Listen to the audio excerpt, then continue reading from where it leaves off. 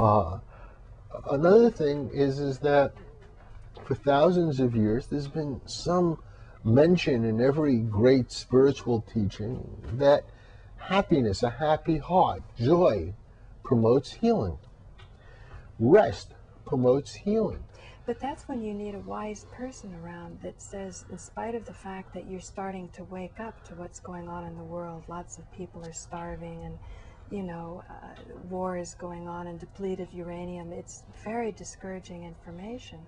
But if you had somebody who can help you process it so you can achieve that happiness without being oblivious, because we're talking about two things, one waking up and the other blossoming in joy. Well, one of the things that I find is, and I find it in my own life as well, is that one of the most powerful ways to become clear is to get back in touch with nature in an intimate way. Right.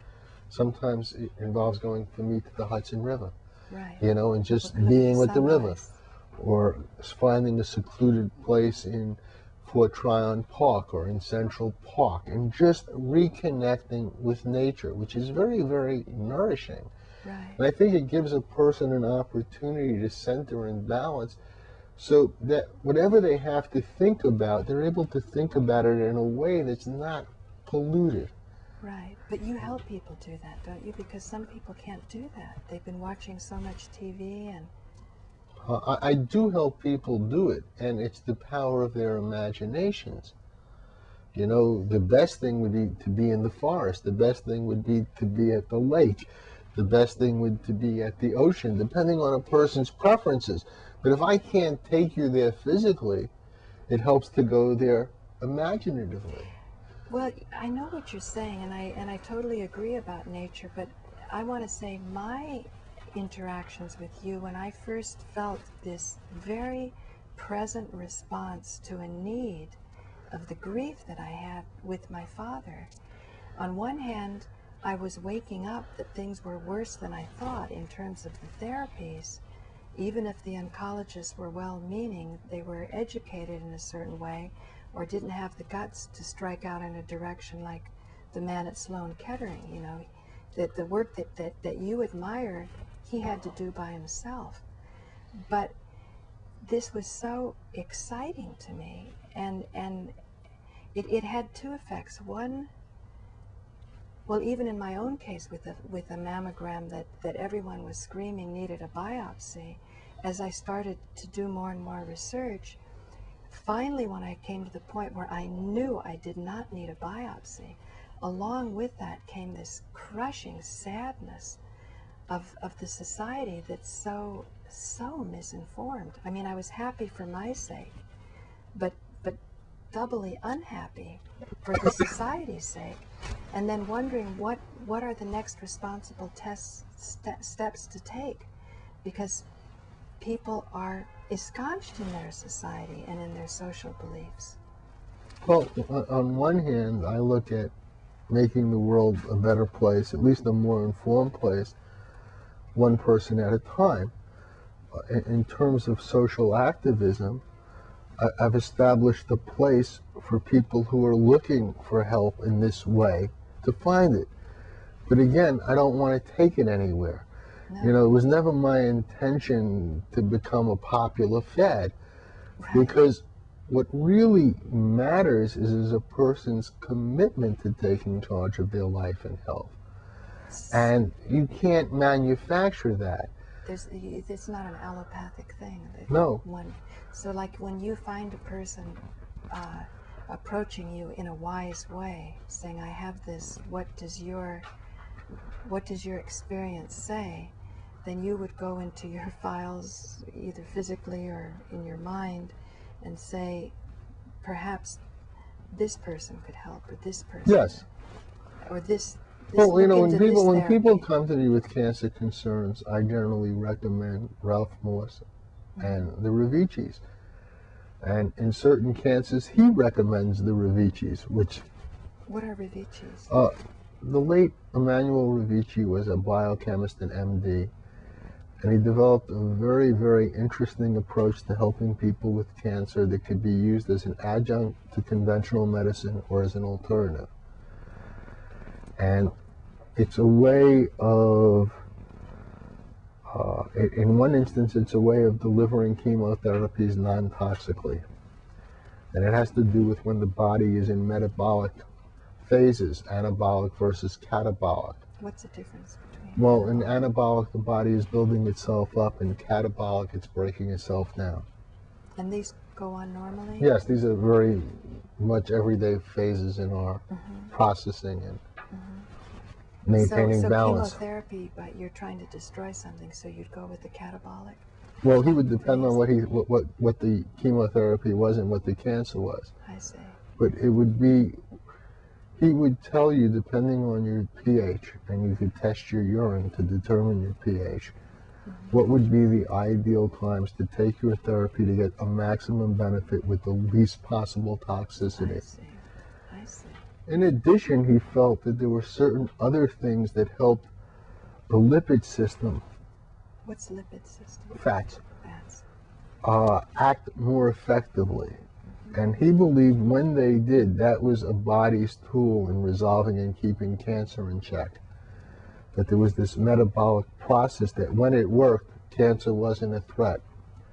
And even if it was present, it would be managed internally, automatically. And that was something that they also did. So the Ravishis have a number of preparations that they recommend under a doctor's supervision. It could be a conventional oncologist in some cases, or it could be an alternative physician. And I have watched them close and just from reports at my meeting. And I'm impressed with them as people in terms of integrity, caring. So they're going along helping people despite the fact that big, huge research that you say we can't get a hold of the results of it, all of this mischief is taking place. Yeah, this in guy, mind-boggling levels. this guy had a fight. These people are going ahead on. There are a handful of doctors that I've learned about and got to know, where once they were making a contribution to people's health, the license was taken away. They won their licenses back in every case, but at tremendous personal cost. Right. So if you win your license back, but you've spent millions of dollars doing it, and you're drained because you haven't been practicing medicine, you've been fighting in court. Right. That could take the fight out of anybody. So you're saying healing is going on kind of under the table, quietly. In many cases. In many cases, yeah. I mean, that would stand to reason because it's only wise. You want to be effective, you know. Well, the key to being effective is not getting too much attention. Right. You just want to get the job done. People are suffering. Yeah. You want to stop that. I think as I listened to your radio show, because I wanted to learn about PSA, you had somebody there talking about family constellations. And I got to thinking, it was talking about stresses that take place in one generation can be carried on in others. And in my own case, in trying to sort of sort out my father's history, I asked Webster Tarpley about, who knows about synthetic terror or false flag terrorism, and he studied it for a long time, about a certain part of Greek and Turkish history. And the response that he gave me was very succinct, just a few sentences. My mother, who's an American and doesn't have anything genetically invested into that area, thought it was wonderful knowledge. It brought great clarity. And yet, when I proposed it to my father, he just went berserk. And I thought, there seems to be a relationship between how we perceive our political situation and how we perceive our medical situation. If we're given a PSA test that's bad, just that itself is overwhelming. When I got this mammogram result, I know now firsthand, it's overwhelming. Yes. It's not to be, until you go through it, you don't know what it's like. And once you do go through it, you think, well, I went through that so strongly because I really had cancer. But now that time has gone by and I've read more about all the false positives and things, I can see it really was the diagnosis. If anything had led me down a certain path that then would make me susceptible to take therapies that weren't at all beneficial to my health, I would be in pretty bad shape. If alive. If alive. That's the shocking part to me. That you have people that, you're not overstating it. I thought years ago when I met you, you were way too dramatic, but you're not. And I wish all the viewers would understand how I've grown to realize how much you've read, how many studies you've looked at. When you say corruption, you really mean. Yes. You really mean corruption, that somebody is publishing something erroneous for the sake of his grant or his institution, and the consequences are disastrous. Well, we see that with thousands of people. We see that with the FDA, who we trust to protect us, who we trust to ensure that drugs that we use are effective and safe, and we find out that when it's very clear that they're not, in fact, the agency protects the pharmaceutical company. But I'm talking about, we all go into a place where we want to protect that. It makes us go like schizophrenic, because if we accept that knowledge and it's bright, we're not as sick as we thought we were. We're probably not sick at all, physically.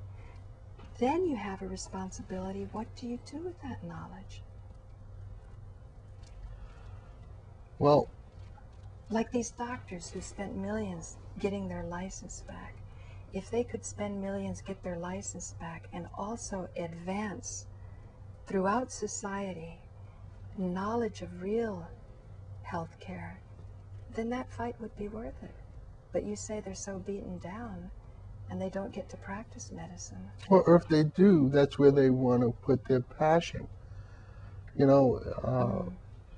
This idea that you have to be a reformer is misleading. You don't have to be a reformer. I don't think so. Quietly living life, I'm not responsible for the prevailing paradigms.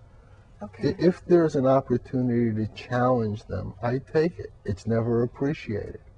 It's never appreciated? Never. Well, by the individuals, yes, but not by the institutions, not by the powers. For example, Wednesday I testified before the State Assembly. They know me. So when people put in their names to testify, I'm at the bottom of the list. The testimony starts at 10 a.m. I testified at 8:30 p.m. Mm-hmm. They know you're a tough cookie and you challenge a lot. I was the only one who provided actual evidence, which was the studies themselves. And I challenged the whole basis of a new law in New York, which will be very destructive and involves making HIV testing routine and eliminating informed consent, is the idea that times have changed and we have life-saving treatments. Well, I gave them the definitive study, the definitive review, which looked at all the major studies and found there is no increase in mortality. They have an increased life a day. And all the markers they used to claim improvement were discredited. That's very important. They never looked at outcomes, never looked at this person's living longer. They looked at their markers and assumed people were living longer. Mm-hmm. When all was said and done, their markers improved considerably, but it didn't translate to any life or health benefit. That suggests to me that every theory they have has to be reconsidered. That is dynamic proof something's wrong somewhere. In other words, if what they believed was correct, we'd see extension of life. In fact, they shortened people's lives. When people took early treatment, this is very clear. It's not me giving an opinion, it's the studies themselves. Right. When people took early treatments and developed AIDS, they died considerably sooner than people who took no treatment and developed AIDS. Right. But there's an agenda. The public health officials, the AIDS industry, want to test people And no one would take the test if they knew the limitations. No one would take the test if there were no meaningful treatments. So if anyone's watching me, there's no proof that anyone's infected because these tests don't prove infection. These limitations are stated very clearly and very concisely in the manufacturer's insert for these tests. It's not my imagining. But they gloss over it? Well, they're hidden. No one sees it. They're hidden. Wow. They're concealed so intentionally. They won't get caught in a court of law, and yet Exactly. they'll still get to push their product. Yes. You know, basic consumer law I understand. would have it that any limitation of a product you're buying should be prominently displayed. Right. These are concealed. No one ever considers that possibility that the test doesn't do what's claimed. But yet the manufacturers say we don't claim it does this in the first place. Oh, ladies and gentlemen, I can't tell you that Michael is not overstating this. If anything, he's way understating it, because what you're saying is people are going to be sent down a path of treatment that could kill them. Well, I'll give you an example. Is that right? Am I Yes, wrong? and this has happened. You know, in the late 80s, I could think of a handful of people in New York City.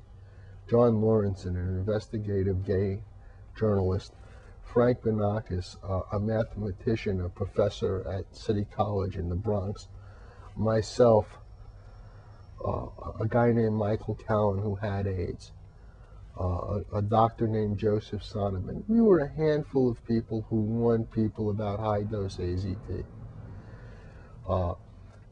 From any thinking perspective, taking a failed chemotherapy, a chemotherapy that was more dangerous than cancer itself, off the shelf, and giving it to people with AIDS was moronic and dangerous.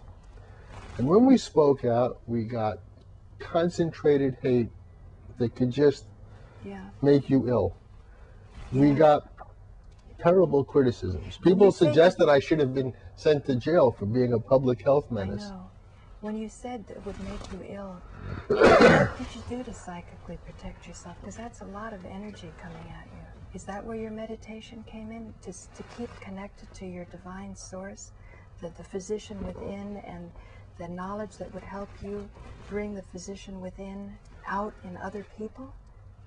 Well, I guess I had a perspective that involved, I didn't need anyone's approval. Because you knew you were right. Well, I believed I was right. Believed you were right. That was proven later. But by people getting better. By people dying in the pharmaceutical ovens. Oh, I see. Tens of thousands of gay men demanded drugs into their body before they were approved. Right. I was somebody standing on the sidelines in the belly of the beast saying, no, go back. Right. That's no way to do it. I understand you're desperate, but desperate people make desperate decisions. If you take these restraints away and you say, I don't care if you kill me, I want to take a chance, these drugs will kill you. Right. And I try to point out that if you study these drugs and their history, 9 out of 10 of these drugs do no good and considerable harm and never make it to market. Right. So if you're in a study and you're desperate and you think you're going to get a good chance, chances are you're going to get the 9 out of 10 that do more harm and no good. Right. That's just the odds. Who in their right mind would take those kind of odds? Well, there was a psychological opening. People were in this desperate frame of mind, and they did a type of false flag terrorism by saying, you're not getting these drugs and you're needing these drugs, and they're stalling around and not testing them fast enough. So they pushed it that way. And it's affected all drug testing. So everything's getting pushed through quicker? More and more every day. Wow. That whole process has created the biggest corruption in medical practice in history. Because people with heart disease wanted the same rights. People with all sorts of diseases said, I don't care, I want experimental drugs. I don't have to work. Because people are desperate and they're scared. Yes. They haven't faced their death. And if they had really looked at, does anybody benefit from this kind of thing? By and large, no. But the point is, you're not thinking clearly. Yeah, exactly. When you're under that pressure, you've gotten that, and the family's behaving that way, and it's not easy. that's what I'm saying. Yeah. Somebody like you can come and help people to see more clearly, or just to reach out to say, I'm here. Yes, and one would do it in different ways depending on the person you're trying to assist. Right. You know, I take a very permissive attitude. I'm not invested in whether you follow my advice or not. Right. You're not, but some, yeah. Yeah, The I'm other, hopeful. The other side is invested. I'm hopeful that you do because I believe that this can help you. Right. But I'm not invested. Right. I don't feel a rejection if you go out and do something. You know, I put it out there. That's all I could do. Right. And to me, that's service. That's personal responsibility. I wouldn't be able to really live with myself if I said nothing.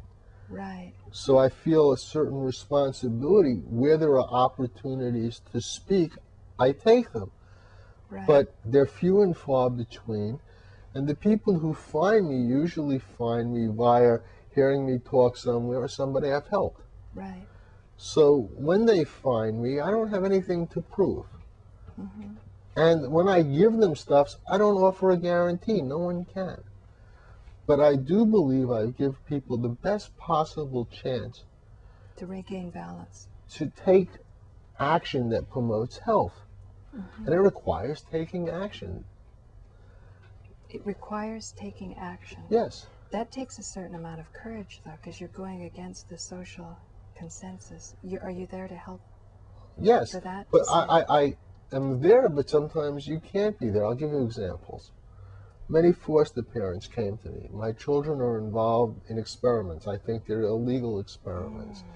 But if I speak out and protest, I'll lose the children and they'll drug them anyway. So what can I do to allow them to be poisoned and have contact with them? And I don't have an answer. But I could give them suggestions that hopefully might reduce some of the toxicity. But I understand the dilemma. If my children are going to be poisoned out of my care, and they're out of my care, that makes it far worse for them than if they're poisoned and I'm there for them. But they're still being poisoned. I wasn't able to do anything for those parents. Finally, I found a journalist. And I told him the story, and he was shocked and didn't believe it. Right. So he went underground. He actually this can't be true. And he went underground, got into the installation. It was in New York City. Let's slow down for the viewers, because Okay. this is so important. The journalist did not believe that what was true. He didn't want to believe it. He didn't want to believe It was too shocking. That children were illegally brokered into illegal experiments that couldn't benefit them in any way. But it fed an industry. And here you had an institution run by the archdiocese who was taking in foster children who needed special care. But it turned out a lot of times these children didn't need special care. The foster parents were coerced into giving the children up because they were told they need special care. But the children didn't get sick seriously until they were in these experiments. And then they were used as guinea pigs? Yes, absolutely. Now this journalist went inside, interviewed people, took pictures, and wrote things, and got published initially on the internet. Mm-hmm. But it caught on. So now maybe millions of people have read it, and suddenly it started appearing in newspapers. Slowly but surely it built a momentum. Then the New York Post covered it as a front page story, guinea pig kids. And here, well, they took their name off the building. It has been found that they did do illegal experiments, and we're waiting for the city council to read all the evidence and do something. Wonderful, Michael. Yeah, it's wonderful. It's a success story. You're stopping it. Well, they stopped it themselves when it became apparent they were killing people. I just helped bring it to light. That's wonderful. But while it was going on, I couldn't really help these parents. While it was going on. And while it was going on, my feeling was I might behave the same way they did. I might think, well, if I can't prevent the poisoning of my children, maybe I just want to be as close as possible and give them as much love and support as I can. Because in this case, a doctor's order was an order. It wasn't a recommendation. If you didn't follow their advice, they took the child away. Right. And with foster care, these parents are very vulnerable. Usually, a family member dies and they can't afford to raise the kid. Foster care allows them to care for their own loved one and subsidizes that.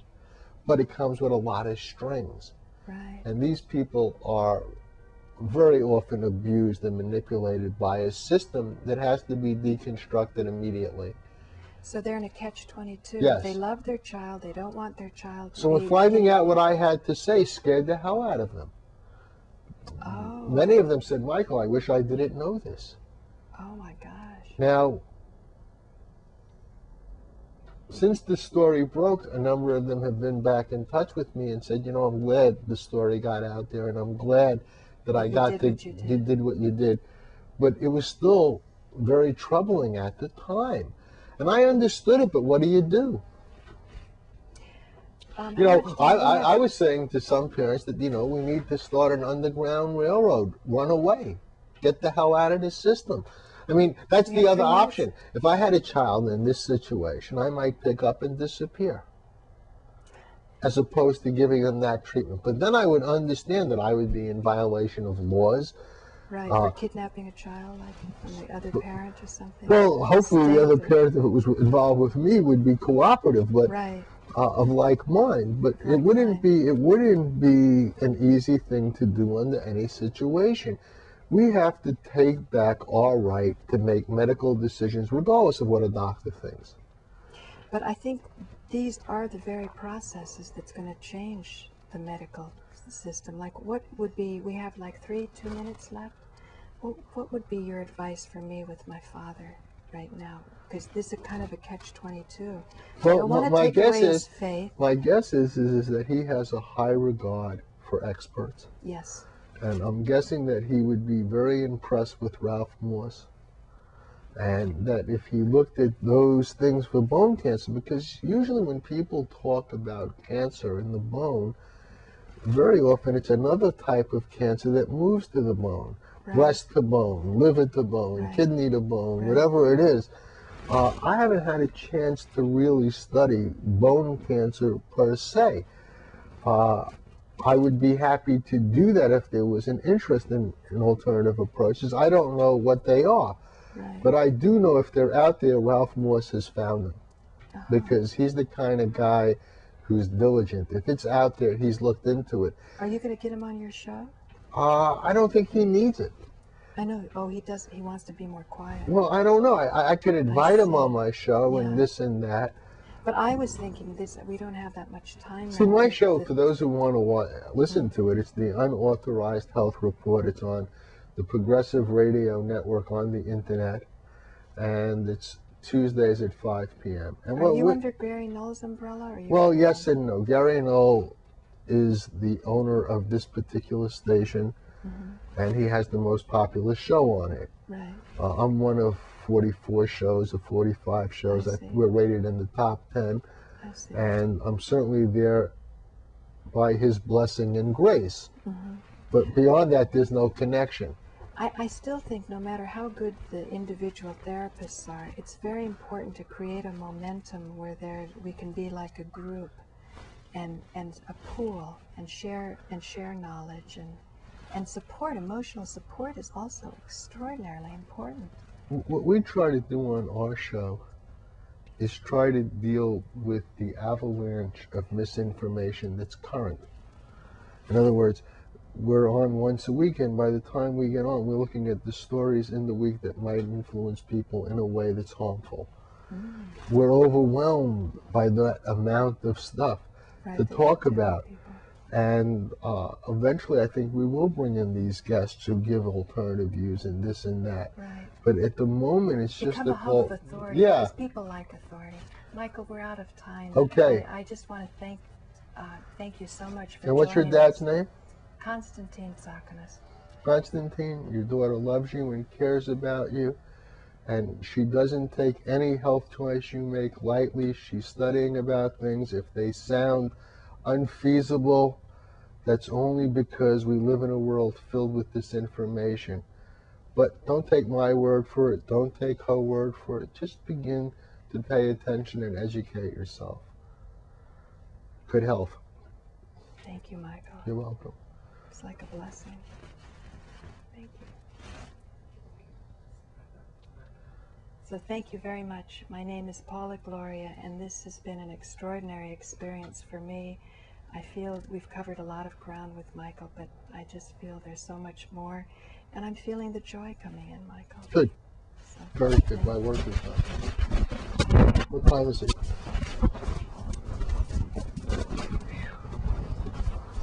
It is 3:15. I have to. Michael, I can't. I don't know what to say. Thank you. You're right. I don't know if I passed the